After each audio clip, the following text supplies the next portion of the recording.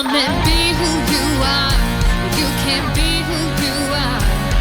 With Christ in your heart, you'll set the world on fire. Woman, there's no greater power than he who's working in you. Woman.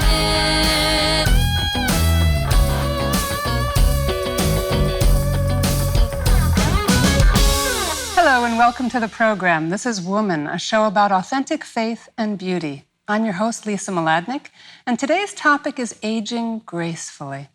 But before we get started, I'd like you to meet the panel. On my left is Andrea Vasquez. She's a youth speaker and former missionary who has worked all over the world, Asia, North America, South America, and speaks multiple languages, puts me to shame. And she's also a program coordinator here with Shalom World Media, and I'm so happy she's here with us. I'm so excited to be here, Lisa, and I'm very excited to introduce Christie Young, who is the Associate Director for Ministry at Christ the King Passionist Retreat Center. And she has so many talents. You know, and some of her talents are she sings, she composes music, and she's actually responsible for our cover music that you just heard. That's so catchy and you were really rocking on yes, that we were. Yeah, we had fun with that one. Yes, it was really good. It was really good. You have to hear Lisa imitate my singing. She was lip syncing the other day. It was really great while I sang the song. Lisa Mladinich is such a wonderful woman, a gracious host, wonderful friend. I've been getting to know her, and I'm so grateful for that. She is the author of the bestseller, True Radiance, Finding Grace in the Second Half of Life. She gave us both copies. We're both fans. Autographed, so we're both fancy. She's also a frequent contributor to Relevant Radio. She speaks across the country, and she is the founder of AmazingCatechist.com, so you can see lots more of her work there. I'm so happy you're here, Lisa. Thank you so much. It's awesome to be here with the two of you. And you're probably wondering why why Lisa didn't introduce our guest, and it's because Lisa is our guest today, and we are so excited to hear from her. And my first question that, I'm just itching to ask you, Lisa, why is aging so hard? And why is it so important to understand and kind of love yourself during this time? Aging is a bit of a mystery. In our Christian walk, every part of our life, because it's a gift from God, has meaning. And so that search for the meaning can be mysterious and challenging for us. But it's made more complicated by what I think is a diabolical influence in our society that so fixates on youth, but even a false, unachievable standard of youthful beauty that really harms young women and young men as well. Could you elaborate on that? Oh, yeah, absolutely. I mean, young women now are wearing corsets and wearing them to bed. They're so tight that they're harming their internal organs. I mean, things like that, and eating disorders and all of that. And I think that's the pornography, the overemphasis on the body. I think even not that tattooing is an evil by any means, but the overemphasis on our flesh has just really kind of divided that unity that the Catechism says we are, the unity of body and soul, of equal dignity. Our bodies are of equal dignity. And so the way our society overfixates on youth makes women in particular feel that as we age, we're less relevant, less beautiful. And so in a strange way, because woman is the heart of society and a protector of culture and a custodian of beauty in our culture, that silencing the woman is a pretty effective way of getting control of the culture. Yeah. I think what you say too, this idea that our bodies and souls really work together and they are one. I have my Aunt Linda used to say, I believe it was my Aunt Linda, which part of you is your soul? If you cut off your hand, are you still yourself? Which part of you is you? If you lose an arm, are you still yourself? Are you still you? Do you stop being you if you cut your hair? Yeah. And so we recognize that who we are, while yes, we see our physical presence and we get used to that as how we recognize ourselves, really who we are is who we are inside. And as we age, our bodies might change, but our spirit, actually, we become, I think, more wise. We gain this wonderful experience. What I love in your book is one of the things you talk about with our bodies as they change and particularly with menopause, you were finding meaning in hot flashes. I would love if you could just share that story. Well, that came out of a little bit of study of the theology of the body. And it made me realize that every stage of our lives, every part of our physical evolution has some kind of meaning and becomes a part of our conversation with God. And so I had suffered from infertility for many years. And I had one child when I was almost 40. She's a great blessing to me. And she's a teenager now. But when I was going through menopause, my first thought with all this burning in my body was that my body was burning away what was left of its meager fertility, which was a very depressing thought for me. Brought back all that suffering. Right. And so, but I said, Lord, I know you're never depressing, so it must mean something else. Tell me, show me. And this conversation went on for weeks. And then once I was at Mass, and I was looking up this beautiful crucifix over the altar at our parish and having a wicked hot flash. And I said, okay, Lord, talk to me. What are you saying? And suddenly my mind was filled with beautiful images. The Israelites being led through the desert by the pillar of fire, being led to safety through the darkness. Even before that, Moses approaching the burning bush and removing his shoes because he was on holy ground and hearing the voice of God speaking to him. And then I saw the tongues of fire coming down on the apostles, and I thought, that's it, Lord, it's your fiery love. You are leading me. You are speaking to me. You are anointing this part of my life to a new purpose. And at that moment, what that did for me, even though everyone has a different conversation with God, and I'm not saying that that meaning is universal by any means, that was our moment, but I knew from that moment on that in that conversation with God, every change in my body would have some sort of meaning and illuminate the path ahead in some way, and it truly has. In fact, not long after that, I got up one morning and I looked in the mirror and the lines were deeper, the sagging along the jawline was more pronounced, and I said, all right, Lord, I'm asking you again, what are you saying to me? Yeah. And I felt like he said to me very quickly and kind of in an impish way, okay, procrastinator, these are reminders that your time is preciously limited. What are you going to do with this day? Wow, that is so powerful. The reminder of the relationship between time and eternity that, approaches. But Lisa, we run away from this whole idea of aging, and men do it as well. And women, of course, we're the ones that are faced with it, more dramatically with all of the things that are offered in the even in the grocery store with the makeup aisle, but also with every line of makeup. It's it's for age defying. It's cover up. It's it's to protect you so that you don't age. It's like it's really traumatic. And for all of those men who are watching, we mentioned the other day that men don't quite understand this conflict that goes on and this pressure that women have to be beautiful, to look flawless. What advice would you give to the men who are watching our program, and how can they help their wife, their girlfriends with this whole issue of beauty?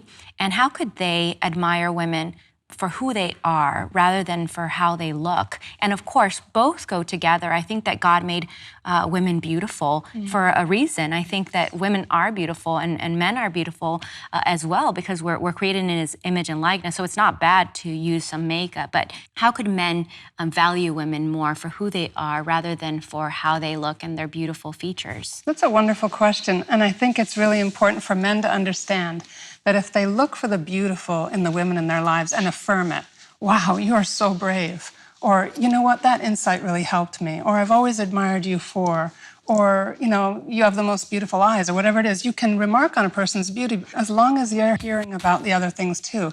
But it's important for men to understand too, because they're not affected in the same way.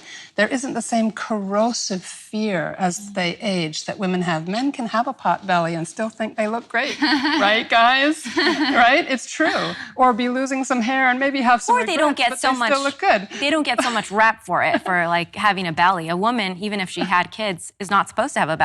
Where's your six pack? And he could have a beer belly, and it's still okay. Yes, exactly. And what I generally say when I go out to speak on this topic is, men, if you're affirming the woman in your life or the women in your life, they're happier. They're easier to live with. And you are helping them to recognize their own value and dignity. And so then they're better capable to fulfill the role that's been given to them in the story of salvation that we're all a part of. And so you're actually helping the church and the world. You're bringing the kingdom of God to earth when you help that woman to feel it, to sense it, and when you reflect that back to her, you build her up and make her more effective in her role. That's great. And I think that's a great place for us to take a quick break. We have our On the Street segment. Yes. Come join Andrea and I as we head out to talk a little bit more about aging gracefully. Woman, be who you are.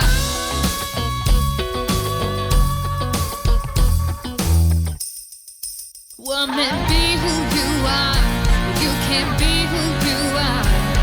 With Christ in your heart, you'll set the world on fire. Woman, there's no greater power than he who's working in you. Woman. We're here at Capitol Park to see what people think about aging and beauty. Let's go.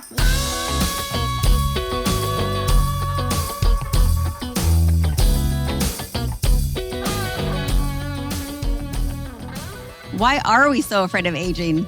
I want to say it's pressure from society to make us feel like we have to be perfect.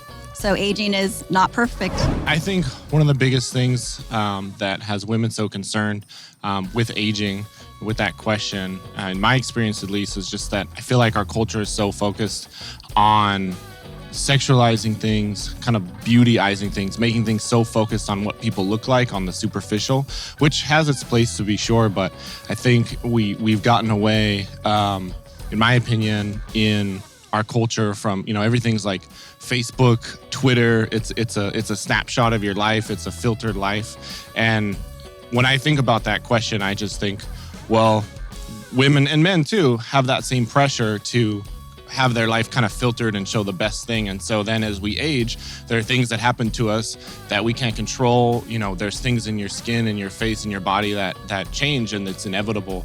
And it, I think, decreases your ability to control that filter. And that's my opinion on why so many women, and I think people in general, fear the aging process. Pela perda da beleza, da estética, que vai se perdendo pela idade. Eu penso que é dessa forma. So, why are women afraid of aging? I think with the competitive world nowadays, how the youth are constantly changing their looks, they have to keep up with society. I think it's about fashion, I think it's about product, what they put on their skin, and I think that a woman is beautiful, no matter if she's old or young. So I think they really need to just take time to think what they eat, how they exercise, and what chemicals they use, and they will always stay young. I think as a woman, what scares me to age is, of course, my skin and my hair turning white, but more than that is my accomplishments. Did I reach my goals as a woman of where I wanted to be? I think as women, we spend a lot of time nurturing others around us. So I want to ensure that when I look back at my life, I'm where I want to be as a woman, as a daughter, as a mother one day. And honestly, I would think the thing that does scare us the most is the way our faces turn out to look after a couple of years. We get used to looking youthful, right? Yeah, we don't want to be saggy skin and wrinkles under our eyes and our muscles hurting and we can't work out or move. So just ensuring we're happy and healthy the older we get. And we're back with Lisa Mladinich, our great guest. Lisa, how does theology of the body help to understand our aging and beauty issues for women? Well, it's a critical question. Thank you for asking it, because the theology of the body, the gist of it, for me anyway, I'm not a scholar, but for me it boils down to one thing, and that's self-donation, that our bodies were designed for it. And of course, Jesus gave his perfect example. He took on human flesh and sanctified it. And then he showed us how to live, and he gave everything for us. So our kind of selfish, narcissistic culture works against that, and then uses all its advertising power to convince us that we have to be self-obsessed, because if we age a little bit, it's all over and we're no longer valued. It's a really frightening thing. I was watching an advertisement by a plastic surgeon, and he was very charming and handsome, but boy, was he just feeding the fear. Oh, and if you do this, and we can help you with that, and we can help you with that, and we can help you with that. It's just like, stop. Because our bodies have this incredible meaning. And so what does that really mean to us practically? That means that as we cultivate virtue, as we sacrifice in small ways for the people that we love, for anyone who God has placed in our path, as we put others first and keep saying, Lord, help me to lean into humility. Help me to pick up this cross tenderly, to do it cheerfully. The more I get to develop that intimate connection with Christ in my soul, the more he radiates out of me. We've talked about her so much in this series, Mother Teresa's eyes. Jesus was looking out through them, and she was looking for him with those eyes in other people. That's beauty. When she used to give public speeches, she would walk off the stage and people who'd never met her would burst into tears at that loss of her presence. Right. That's what we're talking about with true radiance. We're talking about the inner beauty. You're saying that inner beauty shines through, and yes, even if you're aging, you could totally see that. And Mother Teresa is a great example of that. Absolutely. We're talking about radiance of soul. And Faustina wrote about this in her diaries when her guardian angel accompanied her and she was able to see hell and purgatory. In purgatory and even in the heavenly visions, she was able to see various levels of radiance of souls. Radiance was a word. Even after this book came out, I was finding out radiance occurs in her diary. And so I think it's important for us to understand that authentic beauty that has an impact, that preaches the gospel just by its presence. When we grow closer to Christ and we really pick up our crosses and carry them, when we engage in little hidden sacrifices, when we cultivate self-control, virtue, all the beautiful virtues that were given, and keep asking for wisdom every day. I've been asking for wisdom for years, and it doesn't mean that I walk around feeling wise all the time, but it's there when I need it. And so we can really have an impact when we engage with that idea that Christ is the source and summit of all authentic beauty, and that's where we must live. If beauty is what you're saying, then, we've got it all wrong, because we focus so much on the external, and with our throwaway culture, as you age a little and you're put to the, you're not beautiful anymore. You're put to the side, like you said, and in your book, you put it so beautiful. You said that you become invisible for society. Mm-hmm. Yeah, it's a funny thing, too. I actually kind of dig that now. I've gotten past the point where it's been some years since it's bothered me that I no longer turn heads. Do you know what I'm saying? Like, you transition to a point where young men do not see you anymore. And you start to go, oh, wait a minute, that's because I'm not young anymore. It's a really strange transition. But at a certain point, I recognized that Jesus in the monstrance at adoration, his divinity, his beauty, his power are completely present there and having an impact on all present. Even people passing the church, unknowingly passing the Lord of life, in some way may be impacted by that presence. We don't know. We won't know till we get to heaven. But that invisibility is something we share with him because we image Christ. And so as an aging woman, when I feel invisible, I can stop. If I have a moment of pain, I can say, wow, Lord, thank you for sharing that invisibility with me. I just feel this moment of intimacy with you, and I thank you for the mystery of that gift. Yeah. Sometimes the gifts are mysterious, but we need to get a taste for mystery. So, Lisa, I think that's such a great segue, what you said a moment ago about this idea of relating our invisibility to the invisibility that Jesus faces in the tabernacle oftentimes. And we even pray that in adoration, this idea of, in reparation for the times that Jesus does go unnoticed. How can we make peace with this and learn to respect our bodies for where they are? Well, first of all, I'd just like to say there's nothing sinful about taking good care of yourself and wanting to look nice when you walk out the door. Our beauty, as you mentioned, Andrea, is a gift to the world. God speaks his presence through beauty. But a lot of times for women, making peace with our own aging is really making peace with the past, is forgiving people we need to forgive. And that takes a lot of grace, but it also takes going into the sacrament of reconciliation and meeting Christ there and laying our own burdens down. Really, because so many times I've confessed something only to find a part of my life healed that I had no idea had a connection with that sin, no matter how venial. And the the more we confess our venial sins, the more we protect ourselves from more serious sin. And all of that just drags us down. It's like fogging up your windows so the light can't shine right out. The other thing is to have masses said for the dead. Anyone you've harmed or who has harmed you, forgive them, actively forgive them, and let the pain come out. Don't deny your feelings, but really actively forgive and ask Christ for the grace to go on forgiving when it gets hard again, because it will. Well, Lisa, it's just been a pleasure to have you. And I think that, this conversation is a conversation that we have to have more often. And I thank you on behalf of all our viewers, on behalf of our Catholic Church for touching on such a topic so courageously and putting your life out there in that book that helps us to see that there's nothing wrong with aging, and it's actually something very sanctifying and very natural and very beautiful. I think that if we would, focus on, you said, kind of how to age properly, you look at the past and heal that past. How beautiful it would be if we teach young children, young people, young girls that, you can start working on your inner beauty, at the age of 3, at the age of 4, because you want to be holy. I've always told the teens that I work with that and the girls, if they want to be beautiful, to work on themselves on the inside, yes, to be beautiful on the outside, and to learn what parts of their bodies are that they could enhance because, they're the beautiful gifts that God gave them, but that the real jewels and the real gems are the virtues, and those shine, and guys will be attracted to you, and they won't even know it because it's that interior beauty, and the external beauty, it fades away, but the internal beauty is something that stays with us forever. And so we thank you on behalf of all women out there. I'm sure your book will do a lot of good, and especially your prayers before the Blessed Sacrament when you think you're invisible, but you're actually not. Thank you so much. Yes. Great insights. Thank you so much. We appreciate you and joining us for some really awesome conversations about faithful women. Yes, and if you want to continue to help the work of Shalom World in evangelization, please go to www.shalomworld.org/donate. Don't forget to follow us on Facebook. You can also email us any comments or questions you have at womanbe@shalomworld.org.